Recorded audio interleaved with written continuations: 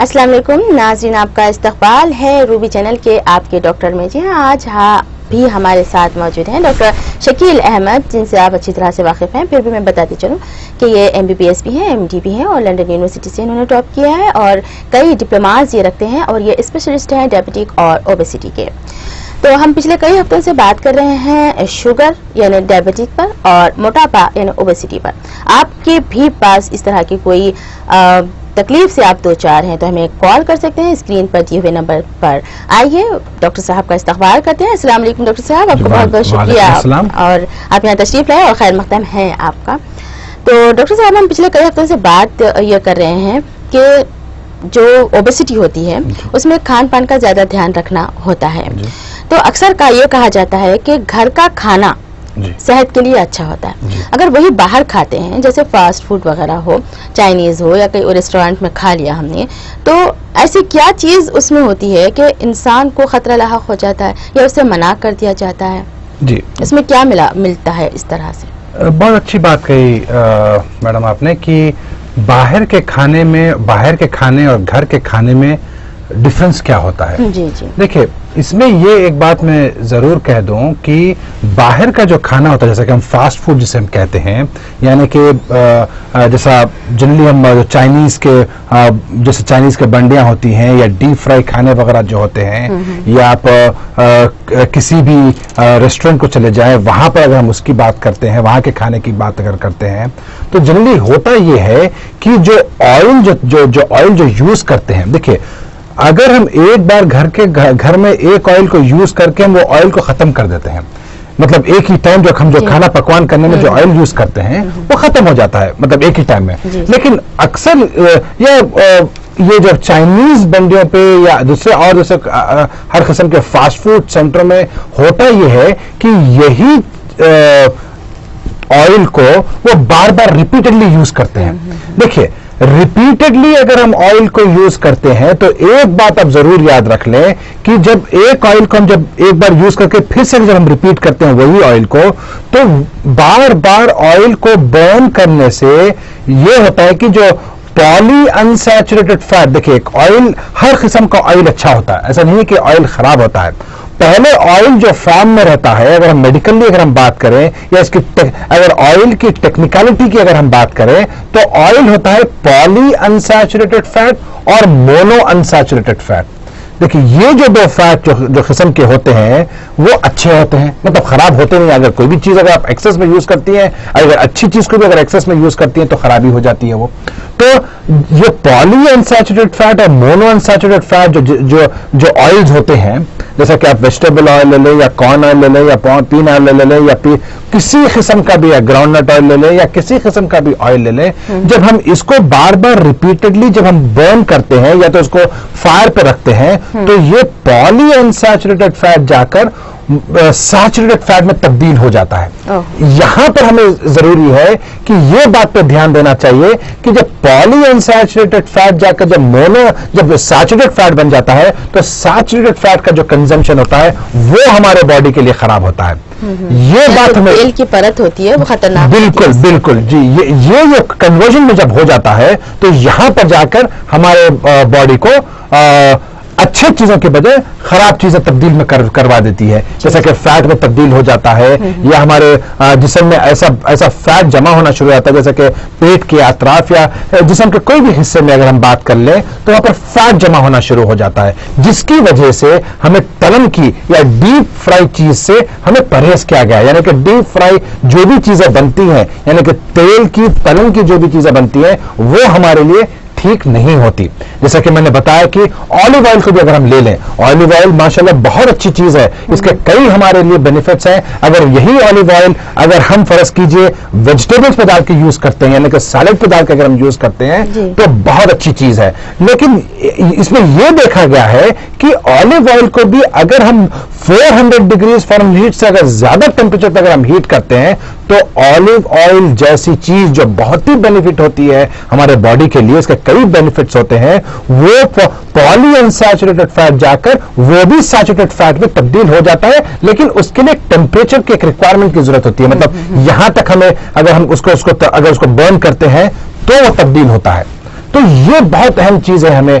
तो जैसा कि मैं इससे पहले भी मेरे कई शोज में मैंने कहा है कि तेल बहुत ही हमारे लिए नॉर्मल जो प्रोटोकॉल होता है, तेल हमें कितना लेना चाहिए, एक इंसान के लिए, घर के एक मेंबर के लिए हमें तेल कितना कंज्यूम करना चाहिए। उसी बात पर मैं फिर से जो व्यूअर्स को मैं ये बात कह दूं कि हमें आधा किलो तेल एक आदमी एक महीने के लिए यूज करना चाहिए। ये नॉर्मल प्रोटोकॉल्स हैं। मगर होता ही है अक्सर हैदराबाद में या कहीं पे भी आप जाएं, लेकिन ज्यादातर सबसे हाईएस्ट कंजम्पशन ऑफ ऑयल जो शहर को जो करार दिया गया है वो हैदराबाद, मतलब हैदराबाद में सबसे ज्यादा तेल यूज होता है। यानी कि हम अल्टीमेटली हम लैंड अप होते हैं 2 किलो तेल में, यानी कि एक इंसान 2 किलो तेल एक महीने में यूज करता है। तो यहां पर हमें यह बात देनी चाहिए। अगर हम इसी बात को लेकर हम आगे बढ़े तो जैसा फास्ट फूड, आपने इतनी बड़ी टॉपिक छेड़ी है, देखिए फास्ट फूड चाहे अमेरिका में ले लें, क्योंकि काफी अमेरिका में फास्ट फूड या इंडिया जो ऑलरेडी जो अमेरिका के बिल्कुल जो चीजें हैं उसको फॉलो करता है, आप दुनिया में कहीं पे भी ले लें, फास्ट फूड एक ऐसी चीज हो चुकी है सबसे आसान बनने के लिए, बनाने के लिए, और आप रीजनेबल, इकोनॉमिकल, यानी कि बहुत ही आप ये कह सकते हैं कि भाई सस्ते में बन जाता है। देखिए, लेकिन होता ये है फास्ट फूड में कि इसमें देखिए शुगर हर तरह की शुगर होती है मैडम। एक बात मैं ये जरूर मेरे व्यूअर्स को बता दूं कि शुगर हर फॉर्म का शुगर होता है। एक शुगर का नाम है, ले लीजिए केन शुगर ले लीजिए, या ब्राउन शुगर ले लीजिए, या आप पाउडर शुगर में फॉर्म में मिलता है वो एक शुगर ले लीजिए। एक शुगर होता है फ्रक्टोज कॉर्न सिरप जी, ये एक अहम चीज है जो हमें, तो मुझे लगता है शुगर की भी एक अपनी अलग टॉपिक है, उसको करते हैं। कॉल ले लेते हैं। अस्सलाम वालेकुम। जी वालेकुम सलाम जी, कौन कहाँ से बोल रहे हैं जनाब? जी यहाँ पे किंगकोटी से बोल रहे हैं, समीर। जी जी, फरमाइएगा समीर। जी, जुलाई में मेरा वेट 94 kg था। मेरी एज जो है वो 39 है और मेरी हाइट 6 फीट है। जुलाई में 94 kg वेट था, तो काफी टाइम से चल रहा था। लेकिन अभी 6 महीने में मैंने एक्सरसाइज वगैरह तो कुछ नहीं की, कोई एक्स्ट्रा मेरी एक्टिविटी भी नहीं थी। मैंने डाइटिंग मतलब की कि रमजान में सिर्फ जो है ना ये नूडल्स, मैगी जो है घर में सिर्फ बना के वो खाना शुरू किया, और 6 महीने में कोई ऑयली फूड नहीं खाया, नॉनवेज नहीं खाया। बट मेरा वेट एकदम बिना किसी एक्सरसाइज के 14 kg के करीब कम हो गया है। तो क्या ये नेचुरल है, बिना किसी एक्सरसाइज के हो सकता है? सिर्फ फूड में बीमारी तो नहीं है? जी, 94 जुलाई में था समय, तो अभी कितना है आपका वेट? जी, अभी जो है मेरा वेट 83 है। मैं कल डॉक्टर के पास गया था, कुछ तबीयत खराब थी, तो अभी मेरा वेट 83 है। 83 है। और आपको कुछ बीपी शुगर वगैरह की कोई तकलीफ? नहीं, कोई भी ऐसी बीमारी नहीं है। मैंने डाइट क्या लेते हैं आप? डाइट क्या लेते हैं आप? मैं एक्चुअल पहले तो सिर्फ जो है ना पिछले 4-5 महीने में सिर्फ सुबह में एक एप्पल और थोड़ी सी चाय, उसके बाद जो है शाम में मैगी नूडल्स 1 या 2 बस, और कुछ नहीं लेता था। उसके बाद फिर मैंने दाल और राइस लेना शुरू किया। मैंने मिल्क या कोई भी मिल्क से बनी हुई चीज या ऑयली फूड या वो नहीं खाया। ये लिया मैंने, दाल रोटी, ज्यादातर दाल चावल, कोई वेजिटेबल। तो मुझे यह है कि मैं सिर्फ इतने से, मैं डाइट कम करने से 83 kg वेट हो गया है 94 से। तो नेचुरल है, ऐसा हो सकता है क्योंकि एक्सरसाइज मैंने कभी कितने महीने में आपको लगता है कि आपका वेट लूज हुआ है? 10 किलो। जुलाई से लेके अभी तक, जुलाई से कम होना शुरू हुआ था। जी, 5 महीने। ठीक है, 5 महीने की आप बात कर रहे हैं। आपकी उम्र क्या बताइए आपने समय? 39 बताई। ठीक है, आपको डॉक्टर साहब बोलते हैं कि नेचुरली है या आपकी डाइट की वजह से कम हुआ है, देखते रहिएगा। ये जानना चाहते हैं कि कोई बीमारी तो नहीं हुई है, इनके वेट बहुत जल्दी लूज हो रहा है। समीर साहब अस्सलाम वालेकुम। देखिए, जैसा आपने बताया कि आपका वजन 94 kg था और आपकी हाइट आपने 6 फीट आपने बताई है, और आपके वजन के हिसाब से, आपके हाइट के हिसाब से आपका वजन अप्रोक्सीमेटली 60 to 65 kg होना, 60 kg तक अप्रोक्सीमेटली होना चाहिए था। आपका वजन 94 kg है, यानी कि एक्सेस अबाउट 30 kg आपका एक्सेस वजन है। जैसा आपका सवाल था कि आप एक्सट्रीम डाइट पे हैं, लेकिन आप फिजिकल एक्टिविटी यानी कि एक्सरसाइजेज नहीं करते हैं आप, लेकिन एक्सट्रीम डाइट पे आप मेंटेन करते हैं, जैसे आपने डाइट बताई कि आप चाय लेते हैं या एप्पल लेते हैं या आप मैगी लेते हैं, नूडल्स लेते हैं, और अभी अभी हाल में आपने दाल और चावल शुरू किया है। देखिए इस बात में मैं जरूर कह दूं कि समीर साहब कि यहाँ पर बिल्कुल, क्योंकि 5 महीने में आपने 10 किलो वजन कम किया है, यानी कि अप्रोक्सीमेटली अगर हम ले लें कि 2 किलो वजन अगर हम बात करते हैं यहाँ पर महीने में 2 किलो, तो देखिए इसमें इसमें बिल्कुल होता है, डाइट से बिल्कुल वजन कम होता है। बास पेशेंट्स की जो बॉडी होती है वो बॉडी एक्सेप्ट करती है, और लेकिन बास पेशेंट्स ऐसे में पर जो आते हैं जो डाइट भी करते हैं, फिजिकल एक्टिविटी भी करते हैं, लेकिन दोनों के करने पर भी उनका वजन नहीं लूज होता। और बास पेशेंट्स जो प्रोटोकॉल ये कहता है कि अगर हम डाइट और वॉकिंग या किसी तरह की फिजिकल एक्टिविटी अगर हम करते हैं तो 20% चांसेस बन जाते हैं आपके वजन कम होने के। तो अगर प्रोटोकॉल को ले लें या आपके वेट को ले लें तो बिल्कुल कम हो सकता है, क्योंकि डाइट आपने बहुत ही काफी अच्छी, बहुत ही कम डाइट की है। लगभग मैं जैसा समझता हूं कि आप 800 to 1000 कैलोरीज आपने हार्डली कंज्यूम किया है, लेकिन फिजिकल एक्टिविटी आपने नहीं की। बिल्कुल ये हो सकता है, और क्योंकि आपके दूसरे सिम्टम्स आपके थे नहीं, कोई साइंस नहीं थे जिसका आपका वजन लूज होने के कोई चांसेस नजर आए, तो माशाल्लाह आपकी दूसरी तरह से आपकी हेल्थ ठीक ही थी। लेकिन फिर भी मैं ये जरूर चाहूंगा कि इसके लिए इवैल्यूएट करना पड़ेगा, आपको पर्सनली विजिट करना पड़ता है। तो इवैल्यूएट करने के लिए कि कोई बीमारी है या नहीं है उसका तो मैं आपको बोल नहीं सकता, लेकिन बिल्कुल 5 महीने में 10 किलो वजन कम हो सकता है, बल्कि इससे बढ़ के भी हो सकता है। तो इसकी कोई ऐसी परेशानी होने वाली बात नहीं है। जी हाँ, बिल्कुल समीर साहब, बेफिक्र हो जाइएगा। इस तरह डॉक्टर साहब कह रहे हैं कि इस तरह के वेट लूज होने के चांसेस है, लेकिन अगर फिर भी आप डॉक्टर साहब से कंसल्ट करना चाहते हैं या और कोई भी नाज़रीन डॉक्टर साहब का एड्रेस चाहते हैं तो रेड जो हमारे पास जा रहा है लेबल, उस पर डॉक्टर साहब की फ़ोन नंबरात और क्लिनिक्स के नाम मौजूद हैं, आप नोट कर सकते हैं। मैं फिर भी आपको बताते चलूँ कि डॉक्टर साहब के क्लिनिक्स हैं बंजारा हिल्स, टोली चौकी और शाहली बंडा और विजयनगर कॉलोनी में, और डॉक्टर साहब अजला में भी मौजूद होते हैं हर 2 जुमेरात को बीदर और महबूब नगर में, आप उनसे कंसल्ट कर सकते हैं। जी डॉक्टर साहब, ये इंसुलिन की अगर हम बात करें तो ये इंसुलिन रेजिस्टेंस क्या होता है, इसके बारे में आप बताइए। जी जैसे हमने आई थिंक लास्ट शो में हम लोग इस बारे में बात छेड़ी थी इसकी। देखिए इंसुलिन रेजिस्टेंस जो चीज होती है, जैसे मैं बता रहा था कि मोटेपन में जो लेप्टिन जो रेजिस्टेंस है, उसी तरह से डायबिटिक पेशेंट्स में इंसुलिन रेजिस्टेंस होता है। देखिए इंसुलिन रेजिस्टेंस का मतलब यह है कि हमारी कुदरती तौर पर हमारे पास एक फैक्ट्री दी गई है, वो फैक्ट्री है पैंक्रियास, और वहां से इंसुलिन प्रोड्यूस होता है।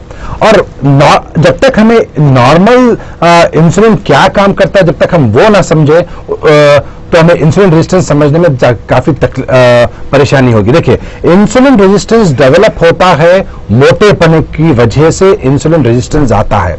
जब इंसुलिन रेजिस्टेंस आता है तो यही मोटा पेशेंट डायबिटिक में तब्दील हो जाता है। ये इसका जो साइकिल होती है, इस तरह से साइकिल चलती है।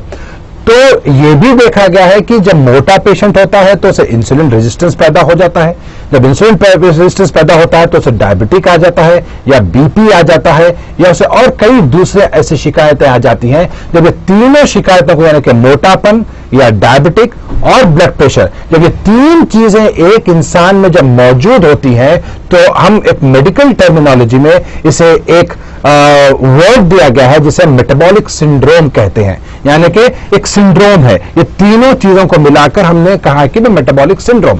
देखिए इंसुलिन रेजिस्टेंस होता यह है कि जब नॉर्मली जब इंसुलिन हमारी फैक्ट्री पैंक्रियास से जब इंसुलिन प्रोड्यूस होता है कुदरती तौर पर, ये इंसुलिन करता क्या है, जब भी खाना खाते हैं या जो भी खाते हैं उसमें शुगर होती है, चाहे वो ग्रीन लीफी वेजिटेबल्स खा ले या चावल खा ले या किसी किस्म का भी आप जो भी खाना खाते हैं तो शुगर होती है। तो ये इंसुलिन करता ये है कि जब शुगर, जब खाना अपने पेट में जाकर जब खून में चले जाता है, तो जब शुगर का फॉर्म लेता है तो ये इंसुलिन यही शुगर को 3-4 जगहों पे वो जाकर शुगर को फेंक देता है।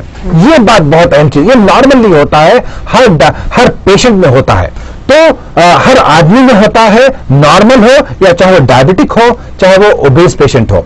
तो होता यह कि यही इंसुलिन वो शुगर को लेकर, वो ग्लूकोज को लेकर एक लीवर में फेंक देता है, दूसरी चीज ये आपके मसल्स में फेंक देता है, और तीसरी चीज यही शुगर आपके पेट के आतराफ जाकर जमा होना शुरू हो जाता है, जिसे हम एडिपोज टिश्यू कहते हैं, जिसे हम फैट सेल्स कहते हैं। इसका और एक नाम दिया गया है एडिपोज सेल्स देते हैं, यानी कि फैट सेल्स, यानी कि एडिपोज सेल्स। तो ये तीन हिस्सों में, ये तीन जगहों पे शुगर इंसुलिन लेता है, पकड़ता है शुगर को और लेके जाके तीन चीजों में फेंक देता है।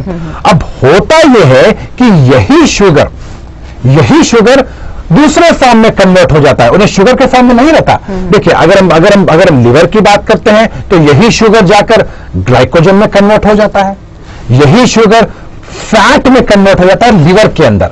देखिए, यही चीज मैं बता रहा था कि कई ओबेसिटी पेशेंट्स में अगर आप देख लें, जो ओबीज हैं, जो मोटे हैं, अगर हम उनका अल्ट्रासाउंड निकालें, अगर उनका लिवर पे अगर हम देखें तो फैटी लिवर देखा जाता है, जिसे हम non alcoholic fatty liver disease कहते हैं, यानी कि नैश सिंड्रोम उसे कहा गया है। तो यही फैट जब शुगर हम लेते हैं, जब एक्सेस आदमी जब मोटा होना शुरू हो जाता है, तो यही फैट, यही ट्राइग्लिसराइड्स के फॉर्म में ये लिवर के अंदर जमा होना शुरू हो जाते हैं, जिसे हम फैटी लिवर कहते हैं। और मैंने इससे पहले भी शो में कहा था कि फैटी लिवर का कोई ट्रीटमेंट नहीं है, यानी कि जो फैट लिवर में जमा होता है उसका कोई इलाज नहीं है, उसका कोई दवाई नहीं है, कोई दवाई निकली ही नहीं। उसका एक ही इलाज है, और वो है कि आपको वजन कम करना पड़ता है। जैसे आपका वजन कम होता है, उस तरह से आपका फैट जो लिवर में होता है वो भी कम होना शुरू हो जाता है।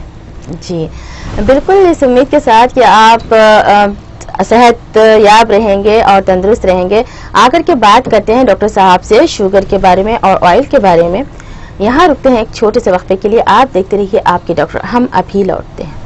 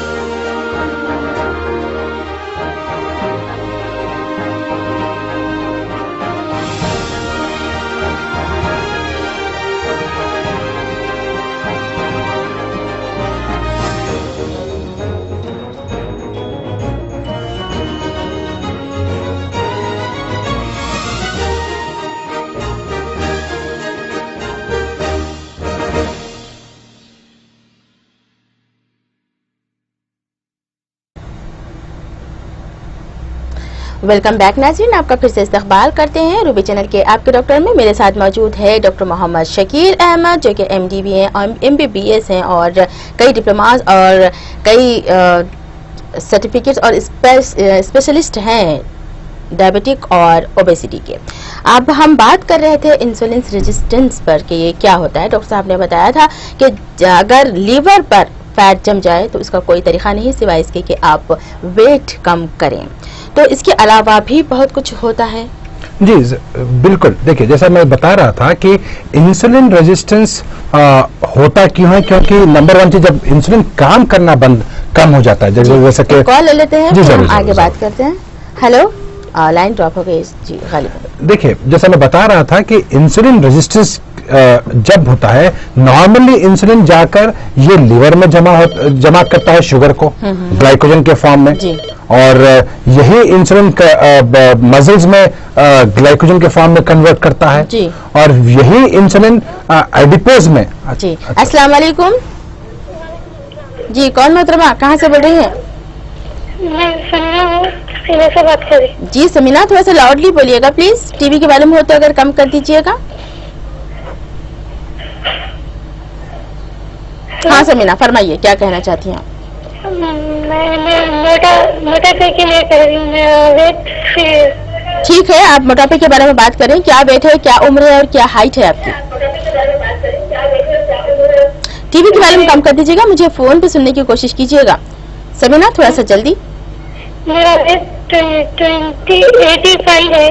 85 है, ओके। मैं 20 इयर्स की हूँ। 30 इयर्स की हैं। वेट नहीं, और आपका 21 आपकी हाइट 21 ईयर्स की हूँ। 21 इयर्स की हैं आप। हाइट क्या होगी आपकी? Height 5 foot 6 inch. 5'6" हैं। अच्छा समीना, कब से आपका वेट पुट ऑन हो रहा है? जी 1 साल से। 1 साल से हो रहा है। क्या करती हैं आप वैसे? आपकी एक्टिविटीज क्या हैं, करती हैं आप? लाइन ड्रॉप हो गई है गालिबन।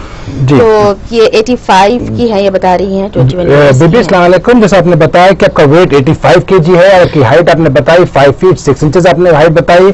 आपकी हाइट के हिसाब से आपका वजन होना चाहिए 60 किलो, लेकिन आपका वजन 85 kg है, यानी कि आप 25 किलो वजन ज्यादा है। देखिए मैं यही कहूंगा कि क्योंकि गालिबन फोन ड्रॉप हो गया था, कि मगर मेरी बात यही है कि आप फिजिकल एक्टिविटी पे ध्यान दें। और आप फिजिकल एक्टिविटी यानी कि देखिए जैसा घर का काम होता है, घर में जो वैक्यूमिंग होती है, या घर में क्लीनिंग जो वगैरह होती है, या डिशेस जो वॉशिंग जो होती है, वो वाली चीजें आप घर की क्लीनिंग, डस्टिंग, ऐसे घर के रेगुलरली आपका अगर हम ये काम करते हैं तो उसमें अच्छे खासे कैलोरीज आपके बर्न होती हैं। और आप अपने चावल पे अगर आप वो करते तो डाइट पे आप ज्यादा कॉन्सेंट्रेट करें, मैदे की चीजें कम खाएं, ऑयल को कम करें और फिजिकल एक्टिविटी को बढ़ाएं। शायद इसमें आपको इंशाल्लाह आपको बहुत ज्यादा आपको फायदा होगा। जी हाँ समीना, अगर आप इससे भी आपका वेट कम नहीं होता है तो आपके नजदीकी क्लिनिक पड़ता है, किले में आप रहती हैं तो टोली चौकी में डॉक्टर साहब का क्लिनिक होता है। स्क्रीन पर नीचे रेड लेबल पर दिए हुए डॉक्टर के नंबर्स हैं, आप वहाँ पर कंसल्ट कर सकती हैं उनसे जाके, इंशाल्लाह आपको जरूर फायदा पहुंचेगा। जी डॉक्टर साहब। जी मैं जैसे बता रहा था कि जो ये नॉर्मल इंसुलिन जाकर ये शुगर को तब्दील करता है एक अलग फॉर्म में। अगर वो लिवर में रखता है तो वो फैट के फॉर्म में, ट्राइग्लिसराइड्स के फॉर्म में रखता है, ग्लाइकोजन के फॉर्म में रखता है। अगर यही इंसुलिन की अगर हम बात करें मसल्स में, ये शुगर को तब्दील कर देता है ग्लाइकोजन के फॉर्म में और रख देता है वहां पर। अब होता ये है कि ये इंसुलिन रेजिस्टेंस, जो मोटे लोगों को ये इंसुलिन रेजिस्टेंस बढ़ता क्यों है? इसलिए बढ़ता है कि यही इंसुलिन जो नॉर्मल काम करने के बजाय जब एबनॉर्मली काम करना शुरू होता है तो बॉडी के जो मेटाबॉलिज्म है, बॉडी के जो फंक्शनिंग है, वो एकदम उल्टी हो जाती है। देखिए देखा यह जाता है कि जब यही इंसुलिन नॉर्मली जब ये काम करते करते एबनॉर्मली कैसा करता है, वो तो लिवर के अंदर ये एक्सेस जो फैट में जो तब्दील होता है, यही फैट अब जिस्म खून में निकलना, बाहर निकलना शुरू हो जाता है। यानी कि हम जिसे कहते हैं कि, और जो शुगर जो होता है तो शुगर बाहर निकलना शुरू हो जाता है। देखिए दो चीजें बाहर निकलना शुरू हो जाती है जब इंसुलिन रेजिस्टेंस आ जाता है। इंसुलिन रेजिस्टेंस आने का एक ही रीजन है, कई रीजन है, लेकिन उसमें से सबसे बड़ा रीजन हम ये मानते चलते हैं कि ओबेसिटी को, मोटेपन को। तो यानी कि इंसुलिन नहीं काम करने की वजह से शुगर बाहर निकल रहा खून के अंदर, और इंसुलिन ना काम करने की वजह से यही फैट जो जमा हुआ था अंदर लिवर के अंदर, वो भी खून के अंदर बाहर निकलता है, जिसे हम जो ट्राइग्लिसराइड्स का नाम दिया जाता है। यानी कि तो यही ट्राइग्लिसराइड्स, देखिए अब होता यह है जब ये इंसुलिन का रेजिस्टेंस हो जाता है, ये इंसुलिन का काम करना कम हो जाता है, तो ये शुगर जब खून में आता है तो उसे हम स्लोली, ये स्लो प्रोसेस में यही मोटे लोगों को शुगर में तब्दील कर देता है। यानी कि मोटे लोगों में शुगर आना शुरू हो जाता है। और दूसरी चीज ये देखी जाती है कि यही मोटे लोगों में जब लिवर के अंदर से जब ये फैट खून में निकलना शुरू हो जाता है तो ये फैट जमा होना शुरू हो जाता है हर बॉडी के हर जगह पे। देखिए मैं इसी बात पे कह रहा था कि मोटे जब ये फैट जमा होता है तो ये जाकर हार्ट के जो वेजल्स होते हैं, हार्ट के जो खून की जो दौरान होती है, वहां पर जाकर जमा होना शुरू हो जाता है, जिसे हम एथेरोस्क्लेरोसिस कहते हैं। और यही फैट जाकर आपके पेट के आसपास जमा हो जाता है, जिसे हम एडिपोसिटी कहते हैं, यानी कि सेंट्रल ओबेसिटी कहते हैं। और जैसा मैंने बार बार कहा है कि सेंट्रल ओबेसिटी यानी कि बीच का मोटेपन का और हार्ट का ताल्लुक बिल्कुल डायरेक्ट होता है, यानी कि हार्ट अटैक आने के चांसेस बढ़ जाते हैं। अब इसी बात पर अगर हम ले लें कि डायबिटिक पेशेंट्स में, क्योंकि साइलेंट हार्ट अटैक्स होते हैं, यानी कि डायबिटिक पेशेंट्स में पता नहीं चलता कि उन्हें कब हार्ट अटैक आता है, क्योंकि उन्हें दर्द नहीं महसूस होता। क्योंकि दर्द इसलिए नहीं महसूस होता क्योंकि डायबिटिक पेशेंट्स के जो रगें जो होती हैं, जो हार्ट को सप्लाई करती हैं, वो रगें वीक हो जाती हैं, उनका पेन का सेंसेशंस लेके जाने का जो होता है वो कम हो जाता है। तो यही कहना चाहूंगा कि यही फैट जो खून में आता है, ये फैट बॉडी के हर जगह पे जमा होना शुरू हो जाता है, चाहे वो, और यही फैट की वजह से आपको स्ट्रोक्स के चांसेस बढ़ जाते हैं, यही फैट की वजह से आपको हार्ट अटैक्स आने के चांसेस बढ़ जाते हैं, और यही फैट सेंट्रल ओबेसिटी में यानी कि बीच के मोटेपन में तब्दील हो जाता है। और ये सारे के सारे चीजें आती हैं जब इंसुलिन रेजिस्टेंस हो जाता है, यानी कि इंसुलिन होता है लेकिन इंसुलिन काम करना कम कर देता है, और ये अक्सर मोटे लोगों में देखा जाता है, और इसी वजह से ये कहते हैं कि मोटे लोगों को डायबिटीज आने के चांसेस बढ़ जाते हैं, यानी कि उनका रिस्क फैक्टर्स बहुत ज्यादा हो जाता है। अगर हम उसी बात को अगर हम दूसरी जगह पर अगर हम लेके जाएं तो यही जब इंसुलिन रेजिस्टेंस हो जाता है तो मसल्स में, यानी कि मसल्स में ये होता है कि वहां का भी ग्लाइकोजन ब्रेकडाउन होना शुरू हो जाता है और ग्लूकोज के शेप में बाहर निकलना शुरू हो जाते हैं, प्रोटीन्स ब्रेकडाउन हो जाते हैं, मसल ब्रेकडाउन हो जाता है, जिसकी वजह से वो वीक महसूस करते हैं, लेथार्जिक महसूस करते हैं, यानी कि उनकी जो एक्टिविटी जो पहले होती थी वो एक्टिविटी कम होना शुरू हो जाती है। देखिए, ये जो तब्दीलियां हैं, ये सारी की सारी तब्दीलियां आपको आती है इंसुलिन रेजिस्टेंस की वजह से, और इंसुलिन रेजिस्टेंस की वजह है एक मोटापन, वन ऑफ द फैक्टर है। वैसे तो एक कॉल ले लेते हैं। अस्सलाम वालेकुम। वालेकुम सलाम जी, डॉक्टर से बात करना था। बिल्कुल सुन रहे हैं डॉक्टर साहब आपको। मैडम, मेरे को 4 साल से शुगर है। थोड़ा सा लाउडली बोलिएगा प्लीज। हेलो मैडम जी, 4 साल से शुगर है और मेरा वेट 115 किलो है मैडम। वेट कितना बताया आपने? 150 kg। Okay, kilo. ओके, मेरी हाइट है 5 फीट 8 इंच जी। मेरी हाइट 5'8" है जी जी। और मेरी एज 33 है मैडम। जी जी, 33 है। थोड़ा सा आप टीवी के बारे में कम कर दीजिएगा, और बीपी शुगर वगैरह कुछ है आपको? हेलो जी जी जी, मैं 4 साल पहले चेक कराया तो मेरी शुगर 175। अभी भी मैं वो टाइप एक गोली सुबह, एक गोली शाम देता हूँ। तो मेरी अब शुगर वो गोली लिए बाद में मैडम 170 180 रहती मैडम। 170 180 रहती है आपको खाने से पहले या खाने के बाद? खाने से पहले 120 है मैडम। ठीक है, 120 है, लेकिन आप थोड़ा सा टीवी का वॉल्यूम कम कर दीजिएगा प्लीज, थोड़ा डिस्टर्बेंस हो रहा है। खाने के से पहले 120 की। जी, ओके। आप क्या काम करते हैं? काम क्या करते हैं आप? मैं यहाँ पे दुकान है मैडम, मेरी किराना स्टोर है। जी, आप क्या पूछना चाहते हैं? मैं ये पूछना चाह रहा हूँ मैडम कि ये शुगर जो मेरे को वेट पे है, या वेट मेरा लॉस होने के बाद में ये क्या है?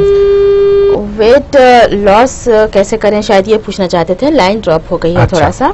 तो वेट जब इनका 150 किलो है तो जाहिर सी बात है कि वेट कम करने के बारे में सवाल। जी, इनका नाम क्या बताया इन्होंने? नाम मुझे अच्छा, अस्सलाम वालेकुम। देखिए, जैसे आपने बताया वजन आपका 150 kg है, आपकी हाइट आपने बताई 5 फीट 8 इंचेस। आपकी हाइट के हिसाब से आपका वजन होना चाहिए अप्रोक्सीमेटली 70 kg, लेकिन आपका वजन एक्सेस जाता है 80 किलो, यानी कि 80 किलो काफी ज्यादा होता है। और मैं यही कहूंगा, मगर आप जैसा आपने बताया आप डायबिटिक है, आपका फास्टिंग शुगर लेवल 130 है और पोस्ट प्राइमल आपका 180 है।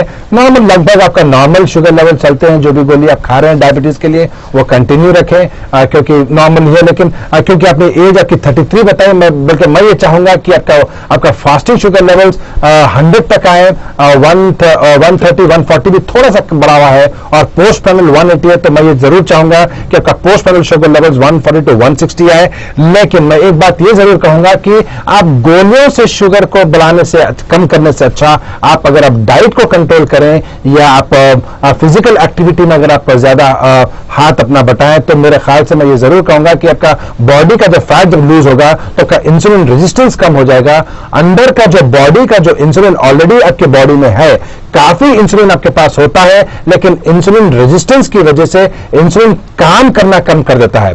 इंसुलिन देखिए मैडम, होता यह है कि इंसुलिन सेंसिटिविटी जो होती है वो कम हो जाती है और इंसुलिन रेजिस्टेंस बढ़ जाता है। जैसा हम वजन कम करना शुरू कर देते हैं या डाइट पे ज्यादा कंसंट्रेट करते हैं या फिजिकल एक्टिविटी पे हम ज्यादा कंसंट्रेट करते हैं, तो हमें ये हमारा वजन जैसा कम होना शुरू होता है तो इंसुलिन अंदर का बॉडी का इंसुलिन सेंसिटिव होना शुरू हो जाता है, अच्छा काम करना शुरू कर देता है और हमें मेडिसिन की डोजिंग ना तो बढ़ाने की जरूरत पड़ती है, ना तो है जो डोजिंग को उसको कम करना पड़ता है उल्टा सा। तो मैं ये जरूर कहूंगा, देखिए मेरे व्यूअर्स को मैं ये जरूर कह दूं कि खाने में ऐसा नहीं है कि खाना बंद कर दें। देखिए आप 2 चपाती खा सकते हैं दोपहर में, सुबह खा सकते हैं, दोपहर में खा सकते हैं, शाम में खा सकते हैं, थोड़ा सा चावल भी आप ले सकते हैं, लेकिन मेरी बात यह है कि आप जो भी कंज्यूम करते हैं आप डे टू डे लाइफ में आप ये बात जरूर याद रख लें कि उसे बर्न भी करना चाहिए। देखिए आप कितने कैलोरीज आप जो खाते हैं दिन भर में उतने आपको उसे बर्न भी करना है। ऐसा नहीं कि सिर्फ एक तरफ से आप खाते बैठे हुए हैं और आप बर्न करते हैं नहीं, तो लाजमी बात है कि वजन बढ़ेगा, आपका इंसुलिन का रिक्वायरमेंट बढ़ेगा, आपके जो मेडिकल जो दवाएं होती हैं उसका रिक्वायरमेंट बढ़ना शुरू हो जाएगा।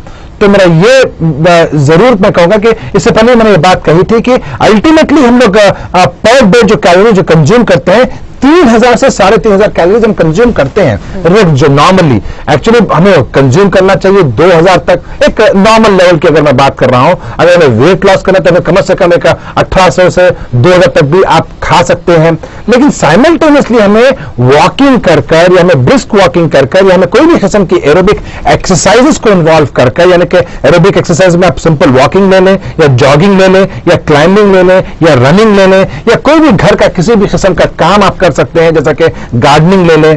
तो या देखिए अक्सर ये होता है मैडम कि अगर हम कोई सुपरमार्केट को भी जाते हैं तो अक्सर हम ये देखा जाता है कि भाई हमारे मोहल्ले के आसपास में कौन फोन पर हमारे घर पे लाके चीजें दे सकता है, मुराद दे सकता है, तो किसकी सर्विसेज अच्छी है हम वो देखते हैं। देखिए बल्कि हमसे ये नहीं होता कि हम पैदल वहां तक जाकर हम खुद अपनी ग्रोसरी शॉपिंग कर हम घर को वापस आए, ये हमसे नहीं होता, बल्कि हमसे ये होता है कि हम फोन करें और वो घर पर ड्रॉप सर्विस कर दे।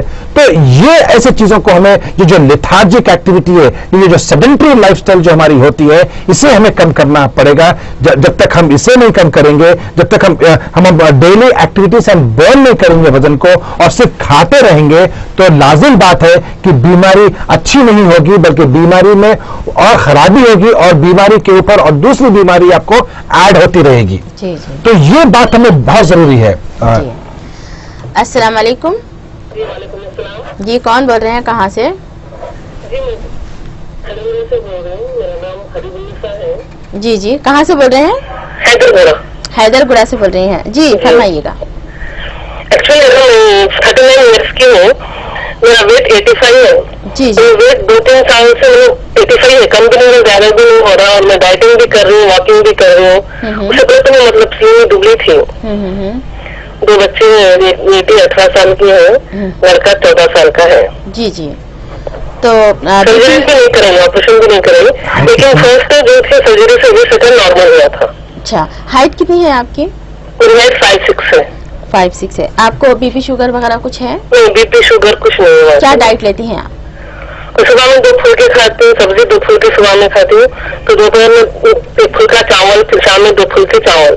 चाय वगैरह भी नहीं पीती हूँ, decoction, black T, lemon tea ऐसा पीती हूँ। ओके, फिजिकल एक्टिविटीज कुछ है आपकी? खाली वॉकिंग करती हूँ शाम में आधा घंटा ऐसा। यानी कंप्लीटली हाउस वाइफ हैं आप? सारे घर के काम लेती हूँ घर में, तो बैठती हूँ ज्यादा, 4-5 घंटे मेरे को बैठना होता। ओके, घर का काम सारा आप ही करती हैं? काम नहीं है, पकाना करना वो सब मैं कर लेती। ठीक है, डॉक्टर साहब बताते हैं आपको क्या करना है। डॉक्टर साहब आपको ठीक है। बीबी अस्सलाम वालेकुम। देखिए जैसा आपने वजन 85 kg बताया, आपकी हाइट 5 फीट 6 इंचेस आपने बताई और इसके हिसाब से आपका वजन होना चाहिए 60 kg और आपका वजन है 85 kg यानी कि 25 किलो वजन आपका ज्यादा है। देखिए जैसा आपने बताया कि आप डाइट भी करती हैं और वॉकिंग भी करती हैं, यानी कि डेली आपका वॉकिंग होती है आप 30 मिनट तक।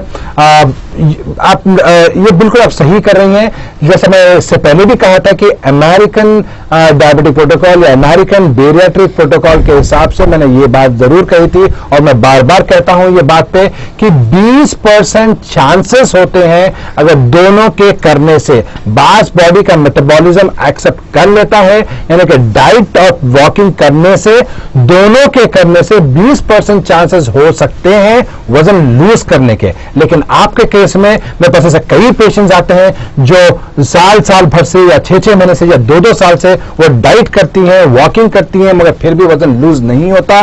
तो मैं ऐसे सिचुएशन पे मैं आपको ये जरूर कहूंगा, क्योंकि 25 किलो वजन आपका ज्यादा है, ये जरूर कहूंगा कि आपको मेडिकल हेल्प की जरूरत होती है। और मैं ये बात जरूर कह दूं कि मेडिकल दवाइयों से कोई साइड इफेक्ट्स नहीं होते, क्योंकि अक्सर ये लोगों में ये है कि इसके कुछ साइड इफेक्ट्स वगैरह होते हैं, इसके साइड इफेक्ट्स नहीं होते। और रही बात दूसरी कि भाई क्योंकि जैसा आप घर का काम वगैरह, क्योंकि झाड़ू पोछे के लिए आप कोई दूसरे जन है, मैं ये बात जरूर कह दूं कि हमें अगर हमारा काम अगर हम खुद करते हैं, अगर हम हमारी एक्टिविटी को बढ़ा लेते हैं, जैसे कि कुकिंग को ले लें या घर में पकवान करने की कुकिंग, मैं आपको ये बता दूं कि जो अमेरिकन न्यूट्रिशनल असेसमेंट जो प्रोटोकॉल्स है वो क्या कहते हैं। अगर आप सिर्फ कुकिंग करते हैं तो खाली कुकिंग में जो कुकिंग जो होती है उसमें 160 कैलोरीज आप बर्न करती हैं। 160 कैलोरीज काफी ज्यादा होते हैं वो। और दूसरी बात, अगर हम ये कह दें कि आप डस्टिंग करें, झाड़ू पोछा करें, देखिए आपकी एक्टिविटी होगी, आपकी स्ट्रेच एक्सरसाइजेस बढ़ जाएगी। जब स्ट्रेच एक्सरसाइजेस बढ़ जाएगी तो हमारे जो मूवमेंट्स है, हमारे जो हड्डियों की जो बीमारियां जो होने के चांसेस कम हो जाते हैं, ऑस्टियोपोरोसिस जो बड़ी उम्र में जो आने के चांसेस होते हैं वो कम हो जाते हैं, आपके हड्डियों की फ्लेक्सिबिलिटी बढ़ जाती है। तो ये काफी अच्छे, लेकिन हम काम करवाना चाहते हैं लेकिन काम करना नहीं पसंद करते। देखिए यही बात मैं जरूर कहूंगा कि आप डस्टिंग करें, वैक्यूमिंग करें और आप क्लीनिंग करें और आप डिश वॉशिंग, अगर हम वॉशिंग करते हैं खाली, अगर देखिए जब बर्तन जब धोते हैं तो बर्तन धोने में काफी मूवमेंट्स होते हैं जिसे हम स्ट्रेच एक्सरसाइजेस कहते हैं। तो इसमें यह देखा गया है कि इसमें जॉइंट मूवमेंट्स अच्छी होती है, फ्लेक्सिबिलिटी अच्छी बढ़ जाती है, आपकी हड्डियों की बीमारी आने के कम हो जाते हैं। और साथ ही साथ मैं ये भी बता दूं कि 225 कैलोरीज आपके बर्न होते हैं। देखिए यहां पर बर्निंग होती है लेकिन हमें एक तरीके की, एक स्ट्रक्चर तरीके की डाइटिंग करनी पड़ेगी। ऐसा नहीं है कि डाइटिंग में सिर्फ एक फुलके पे रहना पड़ेगा, बिल्कुल नहीं। देखिए आप अच्छी चीजें, कई हजारों चीजें हैं जो अच्छी चीजें हम खा सकते हैं, जैसे कि आप फ्रूट्स को ले लें, चाहे वेजिटेबल्स को ले लें, चाहे नट्स को ले लें, चाहे बादाम, पिस्ता, काजू, दही, बटर मिल्क, आप कोई भी चीज ले लीजिए, हर चीज ले सकते हैं, लेकिन कितना कैसे तरीके से लेना चाहिए वो काफी इंपॉर्टेंट होती है। और कौन सी चीजें हम खाते हैं वो बहुत अहम चीज है। अगर आप बता दें कि भाई मैं सुबह से सिर्फ मैं 1-2 केक खा ली, या मैं 1-2 बन खा ली, या तो मैं 1-2 ब्रेड के रोस्ट मैं खाई कुछ नहीं, बस इतना ही खाई, लेकिन कौन सी चीज खाते हैं वो बहुत अहम चीज होती है, कि कैसी चीज खाते हैं वो बहुत अहम चीज होती है। अगर आप बेकरी का आइटम खाते हैं, या थोड़ा बहुत अगर आप समोसे की एक चीज खा लेते हैं, या आलू समोसा खा लेते हैं, मैं खाएं आप लेकिन आप देखें कि वो डीप फ्राई है। देखिए मैं जो चीज बताना चाह रहा हूं डाइट में, कि मैं किसी की डाइट मैं बंद नहीं करवाता हूं, मैं सबकी डाइट में खुलवाता हूं, लेकिन जो अच्छी जो डाइट होना है, जो अच्छी डाइट लेनी चाहिए, कितनी क्वांटिटी में लेनी चाहिए, आप जितनी चाहे क्वांटिटी में ले सकते हैं। जैसे कि चिकन ले लीजिए, मटन ले लीजिए, फिश ले लीजिए, ये सारी की सारी चीजें आप खा सकते हैं, रोटी भी खा सकती हैं, यानी कि हर चीज खा सकती है, लेकिन किस तरह से खाना चाहिए वो बहुत अहम चीज होती है। जी बिल्कुल, मैं ये सब पूछना चाहूंगी कि आपके पास का जो तरीका इलाज है वो क्या होता है, थोड़ा सा नाज़रीन को बता दीजिए। जी जरूर। और हम ये समझते हैं कि नमाज भी एक बहुत अच्छी एक्सरसाइज हो सकती है। बिल्कुल, बहुत अच्छी बात कही आपने। देखिए 5 टाइम जब हम नमाज पढ़ते हैं तो एक नमाज के टाइम पे आप सोचिए कि जो स्ट्रेच एक्सरसाइजेस जो होती है, जो जॉइंट का जो मूवमेंट्स होता है, जब हम हाथ उठाते हैं, जब रुकू में जाते हैं, तो हमारा जो जिस्म का एक एक हिस्सा हमारा मूवमेंट आता है। और इसमें यह भी देखा गया कि कई कैलोरीज बर्न हो जाते हैं उसी में। तो बॉडी जो स्ट्रेच एक्सरसाइज जो आज जो अमेरिका के जो प्रोटोकॉल्स हैं, या WHO के प्रोटोकॉल्स हैं, या दुनिया भर के जितने भी बड़े बड़े जो कंट्रीज है, जो वो टॉप 3 कंट्रीज जो भी है, उनके पूरे के पूरे प्रोटोकॉल्स अगर हम देख लें तो उनका यही कहते हैं कि भाई आजकल तो जो प्रोटोकॉल है कि 10 मिनट का हर खाने के बाद वॉक कर लें, हर 10 मिनट का, अगर ब्रेकफास्ट करते हैं 10 मिनट का वॉक कर लें, लंच खाते हैं तो 10 मिनट वॉक कर लें। और उसी तरह से अगर हम 5 टाइम अगर हम नमाज अगर हम पढ़ लें तो उसके बेनिफिट्स आपको आपके मेंटल सुकून, आपके कई मेंटल सुकून को ले लें, आप स्ट्रेच एक्सरसाइज को ले लें, आपकी बॉडी को ले लें, और डिसिप्लिन जो लाइफ में जब इंसान देखे, जब 5 वक्त की जब इंसान नमाज पढ़ता है तो आप अंदाजा लगाएं कि उसमें डिसिप्लिन इंसान होता है, काफी कमिटेड इंसान होता है। तो हमें यह चाहिए कि स्ट्रेच एक्सरसाइज में बहुत ज्यादा फायदा हो जाता है आपको। तो ये अहम चीजें होती हैं, न सिर्फ इस्लामिक रीजन बल्कि साइंटिफिक रीजन और इंसान के लिए भी बहुत ही बेहतर है। 1000% बिल्कुल बिल्कुल। आपका तरीका इलाज में क्या डाइटिंग बहुत ज्यादा होती है? नहीं, बिल्कुल नहीं। देखिए, मेरा एक स्ट्रक्चर्ड तरीका होता है, एक ऐसा तरीका होता है जिसमें डाइटिंग पे, देखिए 3 चीजों पे मैं ध्यान देता हूं। डाइटिंग पे भी ध्यान देता हूं, वॉकिंग पे भी ध्यान देता हूं, और अगर उनको मेडिसिन की जरूरत पड़ी तो मैं मेडिसिन की भी जरूरत उनको हेल्प में पहुंचाता हूं। देखिए, डाइटिंग में बिल्कुल मेरी डाइटिंग ऐसी नहीं होती कि आप बिल्कुल कुछ न खाएं, लेकिन मल्टीपल टाइम्स, कई बार अगर इंसान 3 टाइम खाता है तो मैं कहता हूं कि इंसान को 6 टाइम खाना चाहिए, बल्कि 8 टाइम खाना चाहिए। देखिए, जैसे कि अच्छी चीजें, जैसे तरकारी होती है, वेजिटेबल्स होते हैं, नट्स होते हैं, बादाम ले लें, पिस्ता ले लें, दाल ले लें, या कोई भी चीज, बीन्स ले लें, सीड्स ले लें, या ऐसे चीजों पे जो अच्छी चीजें होती है जिसमें शुगर कम होता है, वो चीजें खा सकते हैं। अब मैं ये तो नहीं कहूंगा कि आप बेकरी का आइटम खा ले जिसमें शुगर का भंडार हो और यही शुगर जाके फैट में तब्दील हो जाए। देखिए, अगर आप खा सकते हैं तो आप ज्वार की रोटी भी खा सकते हैं, आप फुल्का भी खा सकते हैं। आप 3 टाइम नहीं, 6 टाइम खाइए, 8 टाइम खाइए, चिकन खाइए, मटन खाइए, फिश खाइए। मैं ये कोई मेरी चीज से रोक टोक नहीं है, लेकिन अगर जब मैं चिकन खाने के लिए कहता हूं, या मटन खाने के लिए कहता हूं, या फिश खाने के लिए कहता हूं, तो मैं ये जरूर कहता हूं कि आप बेक करके खाएं या ग्रिल करके खाएं उसको, ना कि आप तेल में तल के और डीप फ्राई करके ना खाएं। देखिए, आप खाते भी तेल है, आप ग्रिल चिकन भी खा सकते हैं, कितना खा सकते हैं, जितना आपका मन, आपका पेट नहीं भरता उतना खाइए, इसमें कोई रोक टोक नहीं है। लेकिन इंसानों में यह है कि जो चीजें, जो तेल की जो चीजें होती हैं, देखिए आप देखिए, जितने भी तलन की चीजें या जितने भी टेस्टफुल जो चीजें होती है, जो मजा आता है जबान को, वो गंदी चीजें होती हैं। जी, तो रोटी पे तेल लगाना भी खतरनाक? बिल्कुल। देखिए, खतरनाक तो नहीं, लेकिन ये छोटी छोटी चीजें जो एडअप होती हैं, ये एडअप होकर आपको एक अचानक पता चलता है कि आप बहुत मोटी हो चुकी हैं, या लोगों से पता चलता है, या आप महसूस करती है, या आपका जिस्म आपका महसूस कर रहा है कि मेरा जो लिथार्जीपना आ गया, जो मेरे में जो एक्टिविटी जो पहले होती थी, बाबा लेजीनेस आ गया या वीकनेस आ गया, उस तरह की शिकायतें आना शुरू हो जाती हैं। पीठ के पीछे की हड्डी पे आपका वजन गिरना ज्यादा हो जाता है, घुटनों पे वजन ज्यादा शुरू होता है, उसी टाइम पे आप देखें कि रुकू में जाना प्रॉब्लम हो जाता है, सांस में लेने की तकलीफ होना शुरू हो जाती है। तो ऐसी चीजें आने से पहले तो मैं यही कहूंगा कि जो भी चीजें हम कंज्यूम करते हैं, वही चीजों को थोड़ा सा बंद कर लें। ये डे टू डे एक्टिविटी है, ये एक दिन की एक्टिविटी नहीं होती, ये डे टू डे एक्टिविटी। हमने जरा सा भी कुछ खा लिया, ज्यादा कुछ एक्स्ट्रा हो गया, तो हमारा जिस्म उसको फौरी तौर पे पहचान लेता है। आप ये बताना चाह रहे हैं? बिल्कुल बिल्कुल। देखिए, अब हैदराबाद में दावतें तो होती हैं, दावतें जाइए, ऐसे मैं कभी अपने कोई पेशेंट को मना नहीं किया, लेकिन कैसे, किस तरह से खाना चाहिए, कैसा खाना चाहिए, कितना हल्का खाना चाहिए, या खाने के बाद वापस आके थोड़ी बहुत कितनी फिजिकल एक्टिविटी आपको करनी चाहिए, ये बात अहम चीज होती है। जी बिल्कुल। डॉक्टर साहब ने कहा है कि वॉकिंग बहुत ज़रूरी है, फिजिकल एक्टिविटीज़ बहुत ज़रूरी है, ये सब डाइटिंग भी बहुत ज़रूरी होती है। अगर ये सब करने के बावजूद भी आपका वेट कम नहीं होता है तो डॉक्टर साहब के क्लिनिक मौजूद है, टोली चौकी, बंजारा हिल, विजयनगर कॉलोनी और शाहली बंडा पर, और अजला में भी डॉक्टर साहब मौजूद होते हैं जुमेरात के दिन, बीदर और महबूब नगर में। रेड स्क्रिप्ट पर दी हुई नंबरात आप नोट कर सकते हैं, डॉक्टर साहब के वहाँ पर फ़ोन नंबर आपको मिलेंगे अपॉइंटमेंट के लिए। तो आज के लिए नाज़रीन हमें इजाज़त दीजिएगा, फिलहाल इतना ही। तंदुरुस्त रहिएगा, खुश रहिएगा, सेहतमंद रहिएगा, इसी उम्मीद के साथ डॉक्टर साहब और मुझे दीजिएगा इजाज़त। खुदा हाफिज़।